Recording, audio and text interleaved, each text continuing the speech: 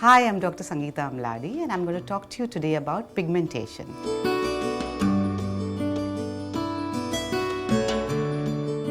Pigmentation or hyperpigmentation is a term that we use to describe dark spots or patches or even general darkening of the skin.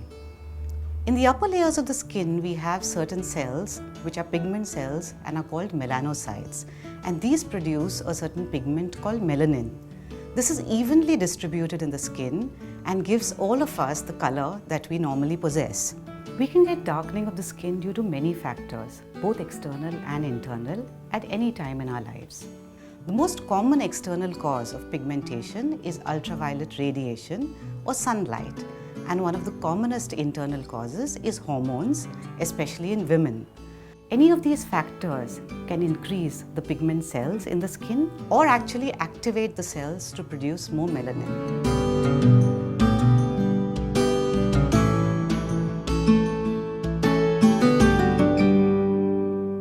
There are many common types of pigmentation: freckles, age spots, melasma, post-inflammatory hyperpigmentation, etc. These often cause a cosmetic problem and hence require treatment. Freckles are a typical common response to sunlight, and you can see them as light brown spots on the face and exposed parts of the body. They're often seen in fair-skinned individuals and from very young ages. They can be effectively prevented by good sunscreening habits.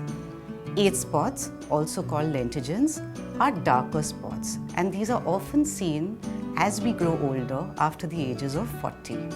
Melasma is a kind of pigment which shows up most commonly on the cheeks in the form of brownish or greyish-brown patches, which are sharply defined.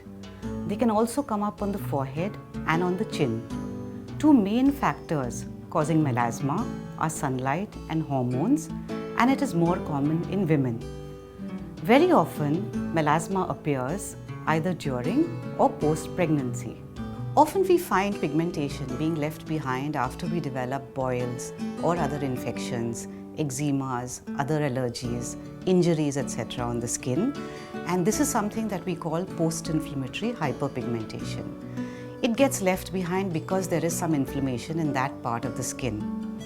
There are certain cosmetics, perfumes and other allergens which can on their own leave dark patches on the skin, and we call this pigmented contact dermatitis.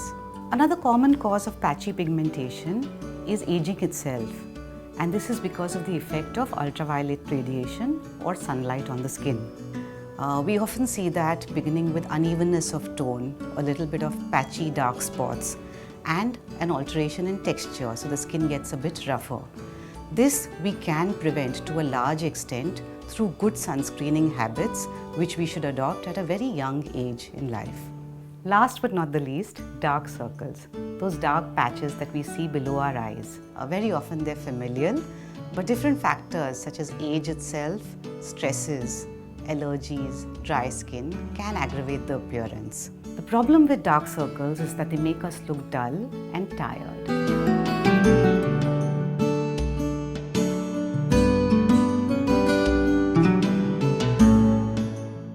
If you suffer from pigmentation, then you should be looking for a comprehensive and holistic solution to this problem.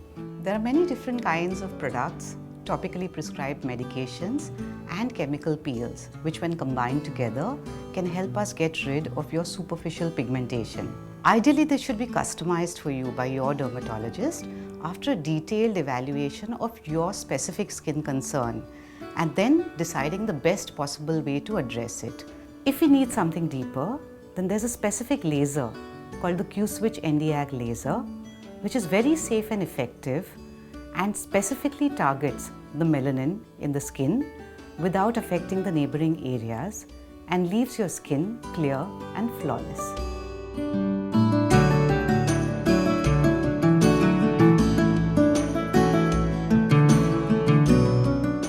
The first mantra to really good skincare is to protect your skin using a sunscreen.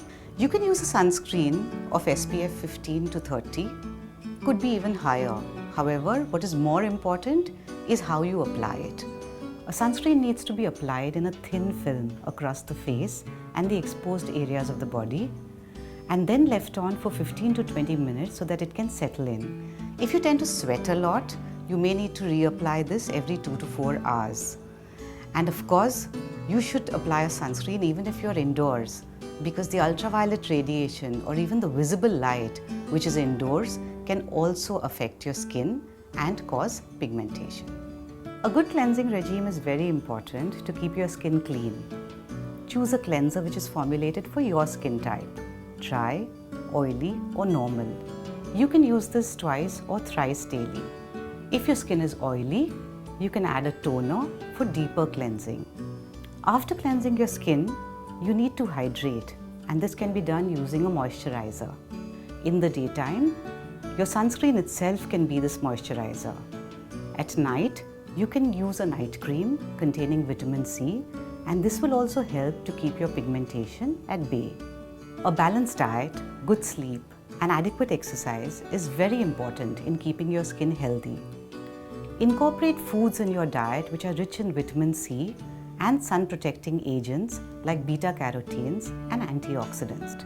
For example, red and orange fruits and foods like carrots, tomatoes, peppers, and other vegetables such as cauliflower, broccoli, spinach, greens, etc., and omega-rich foods such as fish and shellfish.